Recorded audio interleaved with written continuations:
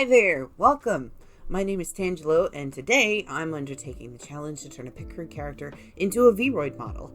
I'm working on getting better at the program called Vroid Studio for making Vtuber models in 3D, and I thought, why not practice on a Picrew? It turned out to be a lot harder than I thought, but how did I turn a simple Picrew into an entire character? Let's get into it.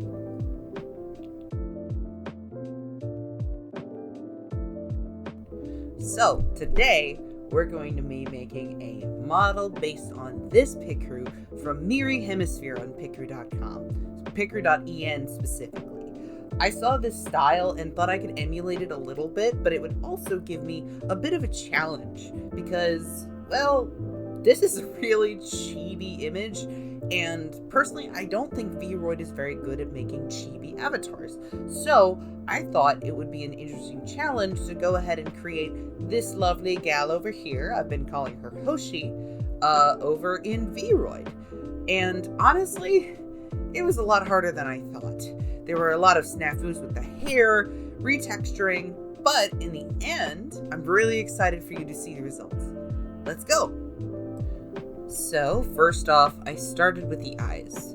I went ahead and copied that bright green from the Picrew, but I wanted to add some depth and dimension, so I went ahead and started to add a gradient. I thought the darker color would kind of complement it, as well as this sort of lighter yellowish green here. Honestly, I'm not showing much of this process because it's just layer and blur. Then I tried to hand draw the spirals in the eyes, but I honestly thought they looked really bad. I wanted to do it without the mirror tool because the mirror tool would reverse the left eye spiral. But honestly, I'm okay with them being mirrored just this once. I haven't yet moved to things like using an art program for VTuber Vroid assets, but that's okay.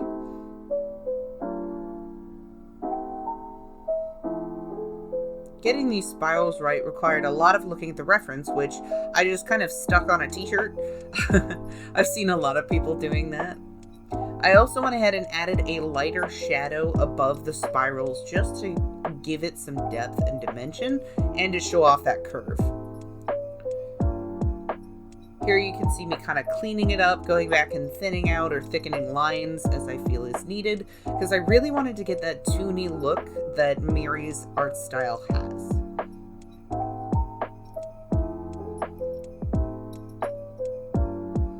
Then I go ahead and do the eye highlights. I did not mirror these because that's just too much. That's against the rules for me. Mirrored eye highlights always look a little bit strange. Next up, I work on a dark rim around the eyes just to give it that cartoony look. I also think it really does add that sort of dimension that these eyes need. I think Vroid eyes without the black or dark color rim really look a little uncanny. So I added it and blurred it out.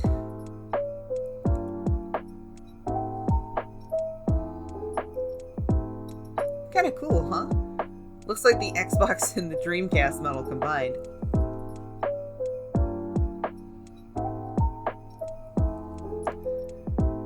Next up, I worked on the eyebrows. I was trying my best to find one that already fit Miri's sort of stick eyebrow style, like little caterpillars, and I think these work pretty well.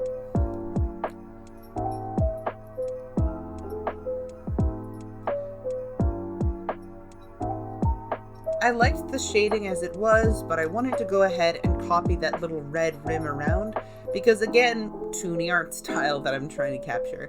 I really liked it, and I wanted to go ahead and see what it would look like when I shaded it that way.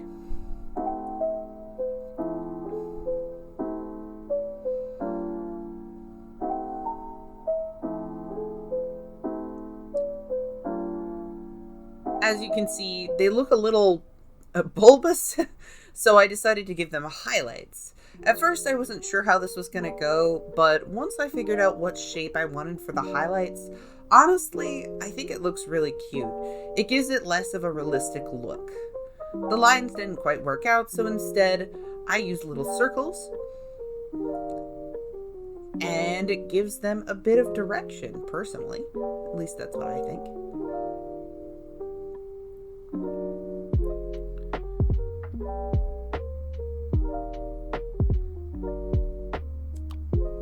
Next up, we have the skin and the details of the face mesh. I honestly really like working in Vroid just because even though the tools are simple, once you get used to them, you can do quite a lot, and they have a lot of drawing modes that most other drawing programs have. It's definitely not comprehensive yet, but it's honestly really nice. And as you can see here, I forgot to turn on the mirror tool, so I go back, refill, and reblur.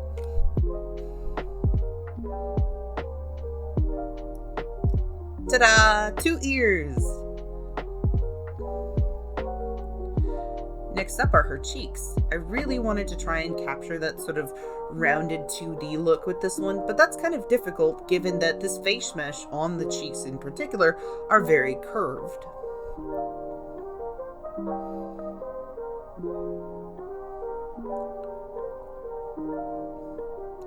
As I was doing this, I was really trying to go all the way to the bottom of the face like in the image, but some things can't be translated quite as literally. So instead I settled for an apple cheek with the blush going right up underneath the eyes, and honestly I think it looks really cute.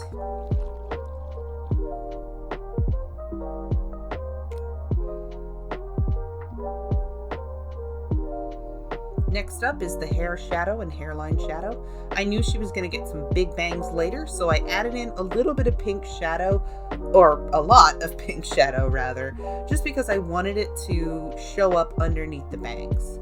However, this didn't end up showing in the final product, but that's okay. I know it's there, and now you do too. Next up is the eyeline, and I just wanted this to really look kind of cartoony.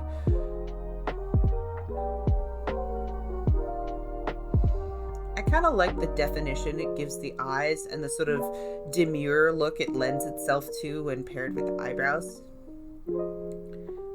Next up is the nose. As you can see, I'm about to discover that the nose mesh for Vroid is weird. Yeah, I wanted to define it more, but I'm gonna have to learn how to do that on my own time. For the sake of the video, I decided to speed it up and just do a little dot to match the image. And you know what? It looks pretty cute. Next up is a little bit of contour. I just wanted to give her a bit more of a defined jaw, just because I think that kind of shading helps a little bit with the toony image that I was going for. Of course, you have to kind of blend things out in Vroid for them to look good, so I can't completely get that cel-shaded look that I wanted, but that's okay. Next up, we have a mistake I made. Can you see what it is? That's right, I left the use color calibration on, which means that all the colors are trying to become that black color. I tried different layers, different pencil lengths, etc., until I figured out, finally, yep, there it is. After that, I went in to add some pencil-like strokes in this bluish gray. I really wanted to emulate that scratchy sort of feel that Miri's eyes had. I really loved it. So I made sure to make it look a little bit messy. I'll go up and clean it later. Next, we're going to add some more much bluer gray, just to kind of capture that inky feel.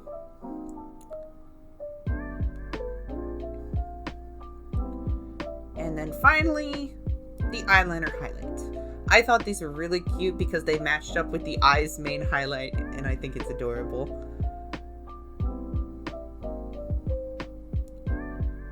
I buffed those out, and now I have them for whenever I need them.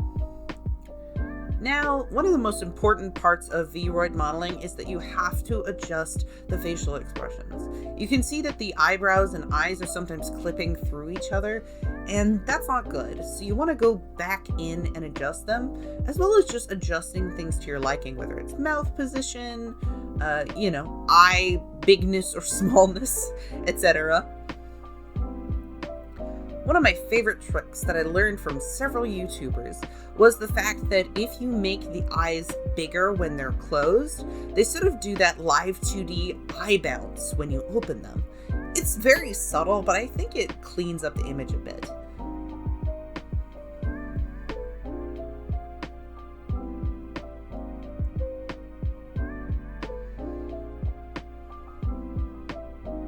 I went for a very subtle bottom lash just because I didn't really want to overpower what was already there. The line art style Miri uses is very simplistic.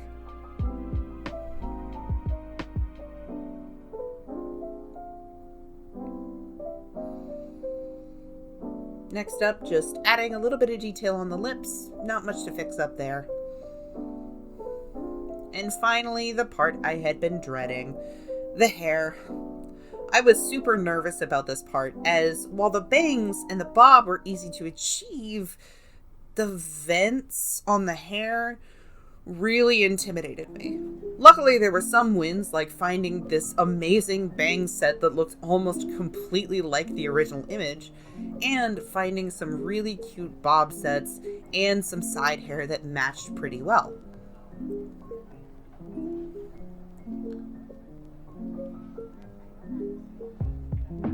Now, the hair vents were the first time I've ever really messed with the mesh, to be honest.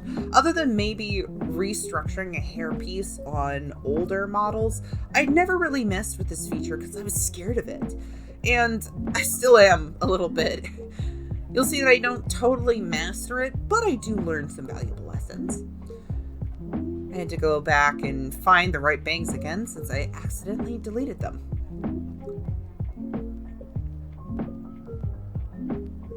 You can see me here messing around with different meshes, trying to see which shape will work, as I'd seen some people use meshes for other parts of hair, body shapes, even wings in the past.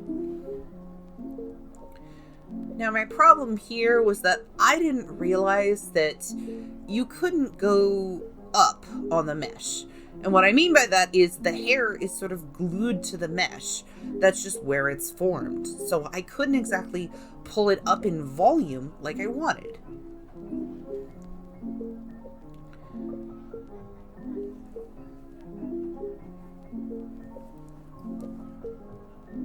As you can see here, I really struggled with this. The hair itself was a hassle, and I finally thought I found a shape that worked, but trying to connect the longer piece to it was honestly really tough.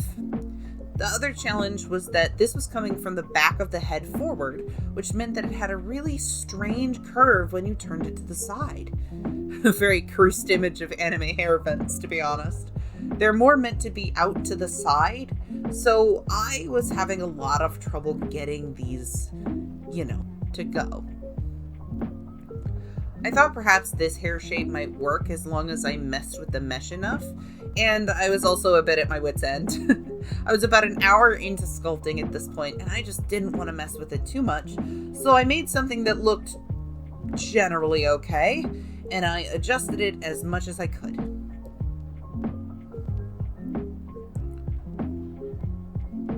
I got really frustrated, so I decided instead to take a break to work on the outfit. The fun part of this Picrew is that it's only shown from the top up, which means I get some creative freedom with the bottoms, socks, and shoes. You'll see more of that later. One thing I love doing, even if I don't totally understand it yet, is retexturing clothes. I think it's a lot of fun to use what Vroid already has in stock and see what you can do with it. Here, I'm trying to get the right shade of black for her sweater, and honestly, this was a little harder than I thought. I'm still learning things like how certain layers work, and honestly, the multiply tool for the base layer was my best friend, as was the person that I was talking with while I was doing this. A dear friend of mine was sitting in while I was recording, and honestly, they gave me a lot of good tips since they know digital art programs much more than I do. Thanks, by the way.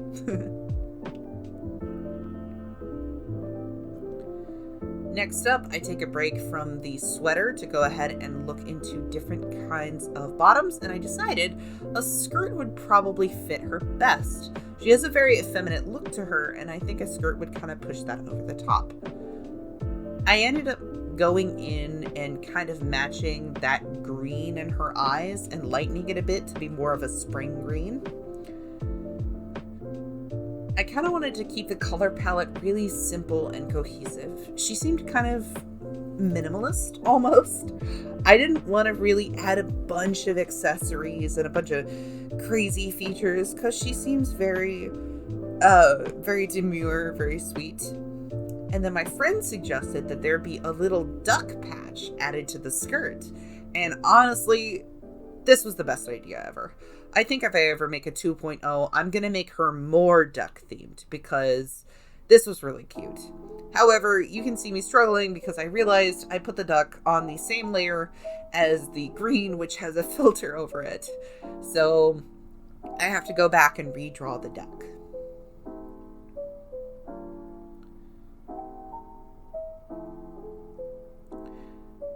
Meanwhile, I go in while I'm talking with my friend and I'm just brushing up the yellow. I could easily just zoom into the image and do this, but personally I like being up close and personal on the 3D model's skirt hem, just because then I can see how those curves move with the line, and I wanted to make sure it looked good no matter what angle you were looking at it.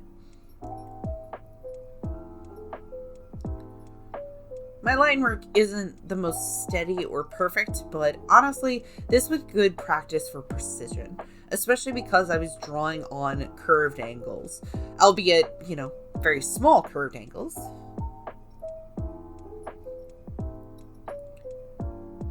And back to the duck. I wanted to make it a little bit bigger so it would be easier to see.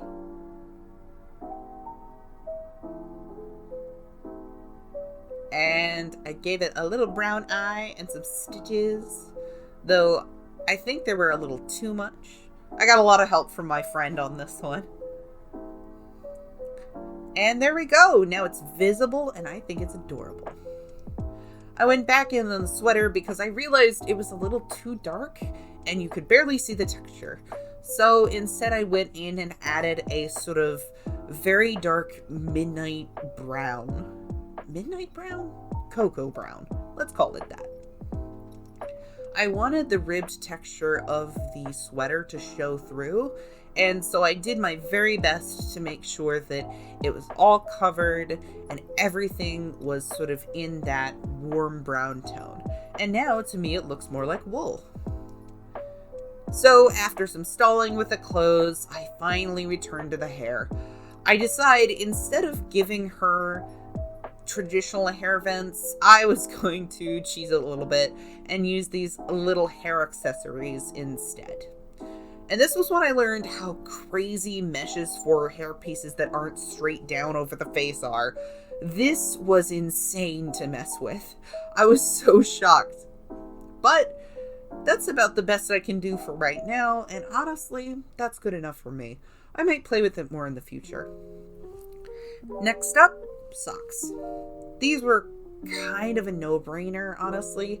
The white stripes along with the black socks really pop, and they kind of match her vibe. Then I tried to recolor these tennis shoes, but after about 5 minutes, I hated them. So I went back and tried to find a pair of sneakers or shoes that would be easier to recolor. And there I found a plain white pair of sneakers. My friend had a really cute idea to go ahead and make the shoes duck themed as well, with some yellow laces, white body, and orange soles. And honestly, I'm so glad I took their advice. It was so much fun to watch these come together, just because this was like, I actually want these shoes in real life, to be perfectly honest.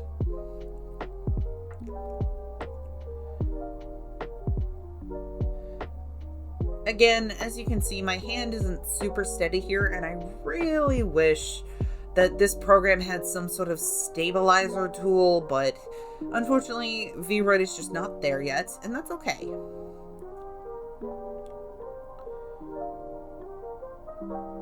I go in onto the shoe itself because I realized that I really wasn't getting those crisp lines that I wanted. I tried blurring it out and decided that I also hated that. So I went back in and started cleaning it up slowly. It's definitely not perfect, but personally, once I got it cleaned up, I think it looks rather nice.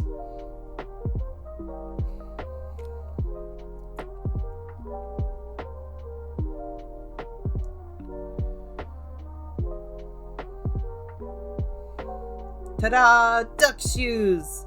Very subtle motif, but I kind of like the nod. I'm slowly learning character design. So, for the most part, she's pretty much done. Until I realized that the laces weren't colored in. There we go. After that, I kind of wanted to give her some sort of accessory in the middle of her body because I realized that there was a lot of interest going on the bottom half, but you don't really see that. So instead, I decided to mess around with neck accessories. Now, of course, I could have just drawn this onto the sweater, but personally, I really like the fact that the bows kind of move on their own and they have like a tiny bit of physics. So I wanted that detail. I did my best to kind of make the bow look like it was sewn into the sweater rather than clipping through. And I think I did okay. I do kind of wish I could have added a brooch or something there, though. Now, I will admit, I went ahead and adjusted a lot of stuff beforehand to avoid recoloring the bow. Because I cut out a portion of footage before this where I tried to recolor the bow and was having a lot of trouble with it because of this purple color that it is. And here as well, I cut out a lot of footage trying to figure out what yellow would work best for this bow. I kept picking the wrong type of layer overs. I kept picking the wrong drawing modes. It was just a mess. It was almost as much of a pain as the hair, to be honest. But lesson learned, there's certain features that really helped me get to that yellow that I wanted. And honestly, in the end, I think it looks really cute.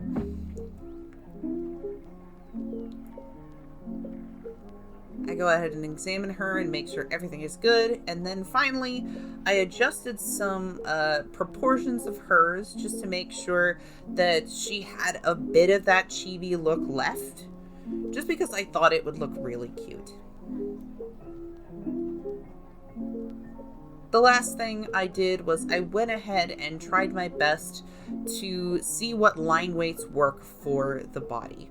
I wanted a little bit of a border to give it that cartoony look, but for the hair, it really didn't work. Finally, testing some expressions, and let's see how she looks.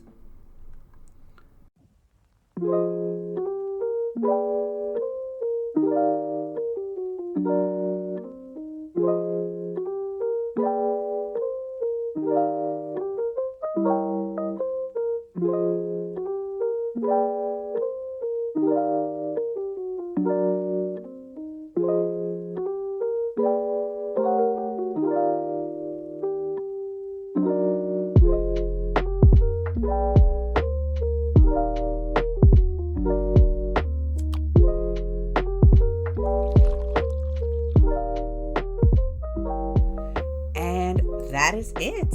What do you think of her? Does she look enough like the original? I do need to apologize, as this whole video I realized I've made a mistake. The artist's name for the Picrew is Miri Allsphere, not Miri Hemisphere. My apologies, I misread the name. So, that Picrew and Hoshi will be available down in the description for absolutely free. The Picrew is really cute and has a lot of options that I would highly suggest you check it out. And I would absolutely love if people were to use Hoshi for all sorts of reasons. I hope some beginning VTubers can use her as a sort of springboard. Alright, that's it. Any likes, comments, or suggestions you have for me would greatly help me out, as would subscribing to the channel. I'm hoping to continue making more videos, but honestly, I might make more of these. I was really happy with this one. Alright, that's it from me. Have a great day, wherever you're going, whoever you are. Bye!